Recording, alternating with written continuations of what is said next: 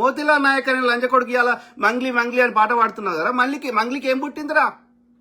మంగ్లీకి ఏమైంది? అది బిజ్నేపల్లిలో గుత్తి మండలం అనంతపూర్ దగ్గర అది పుట్టింది పేదరికంగా. దానికి ఆర్డిటి చెందిన వెంకట్రావు సారు, ఇంకో సారు లేకపోతే డాక్టర్ రమేష్ బ్రదర్ అందరూ వీళ్ళు సాయం చేసి ఎస్వి యూనివర్సిటీలో చదివిపించి దాన్ని చేస్తే అది ఎవరికి చేసింది ఇప్పటి వరకు? దానికి అపార్ట్మెంటే 2.5 కోట్లు పెట్టి అది అమ్ముతా అని, అది ఒక అపార్ట్మెంట్. అట్లాంటి ఎన్ని అపార్ట్మెంట్లు ఉన్నాయి దానికి? దుబాయ్లో ఎన్ని కోట్లు? దానికి 100 కోట్లు దానికి ఉన్నాయి. అది దాని లెక్క పాటలు పాడటం లేరా? మస్తు మంది ఉన్నారు. అదంత పాటలు వాడింది, పీకింది, దాని దగ్గర అన్ని పైసలు ఎక్కడిరా?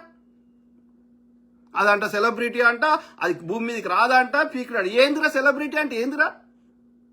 నువ్వు ప్రజల కష్టాల గురించి నీకు ఫీల్ గా నువ్వు పాటలలో ఏది అన్ని గొప్పగా వాడతావు. అందులో ఒక్క శాతం అన్నా నువ్వు అది పాటించినప్పుడు ఏం నీ పాట మను పోసుకోవడానికి కాదు.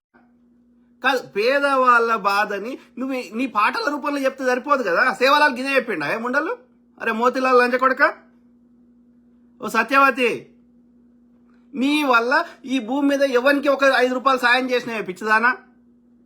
ఎంతమంది చెప్తున్నారు? ఒక్కరు అబద్ధం చెప్తారు, ఇద్దరు అబద్ధం చెప్తారు. నీతో చదువుకున్న వాళ్ళు, నీతో కలిసి జీవన ప్రయాణం చేసిన వాళ్ళు అందరు అబద్ధం చెప్తారు. లంచముండా దాని ఏ ఎస్వి యూనివర్సిటీలో దానికి చదివిపించారో ఆ ఎస్వి యూనివర్సిటీలో ఏదైనా ప్రోగ్రామ్ ఈవెంట్ చేస్తే దానికి పైసలు అడుక్కుంటుంది అది ప్రారంభోత్సవానికి. అది నీ బతుకు. అరే ఏది తెలంగాణ శ్యామ్ అన్నిటి మీద వరుతాడు, దీని మీద ఎందుకు కొరతలేవరయ్యా? బాధ్యత కనిపిస్తలేరు నీకు? తులసి చంద్ మంగ్లీని ఆమె ఇమేజ్ మంచి చేయడానికి ఆమెను పిలిచి ఇంటర్వ్యూ చేసినావు పిచ్చిదానివి. మరి బాధితులు ఇంత వరుతుంటే ఎందుకు ఇంటర్వ్యూ చేస్తలేవు? అంటే మీరు సామాన్యుల కోసం లేరా? సెలబ్రిటీల కోసం ఉన్నారా? వాడు దోసుకునే దానికి మీరు చిల్లర ఇస్తే దానికోసం ఉన్నారా?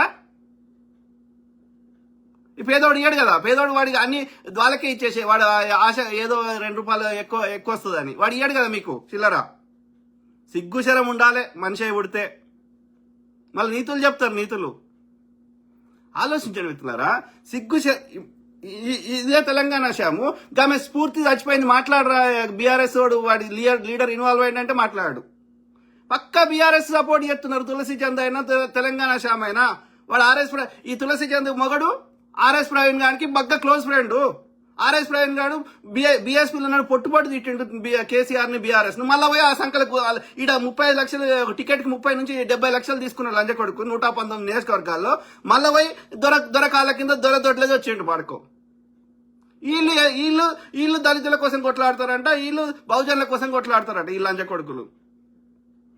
ఒక ఎథిక్స్ లేవు, ఒక మోరల్స్ లేవు, సిగ్గుశరం లేదు. మనిషి పడితే అన్నం తింటే చచ్చిపోయేటప్పుడు తీసుకోతారా లంచ కొడుకులారా? అడ్డదారులలో సామాన్యునికి నష్టం చేసి వీళ్ళ శవాల మీద పాదాలు ఏరుకొని చచ్చిపోయేటప్పుడు నెత్తిలో పెట్టుకొని వారి పిచ్చి లంచ కొడుకులు. కరోనా వచ్చి ఎంతమంది వికిర్రా? మనం ఎథిక్స్ మోరల్స్ చెప్పడం కాదు, పాటించాలి. ఇప్పుడు ఆ అమ్మాయి మీ బంజారా అమ్మాయే కదా ప్రత్యూష రాథోడ్ అంటే ఆమె. ఏ పార్టీ అన్న ఉండరు రా, బాధితులు అన్ని పార్టీలలో ఉన్నారు, అన్ని కులాలు ఉన్నారు, ఎక్కువ బంజారాలే ఉన్నారు. ఏ పార్టీకి మాకేం సంబంధం? అడే నేరం జరిగిందా లేదా? సామాన్యులకి నష్టం జరిగిందా లేదా?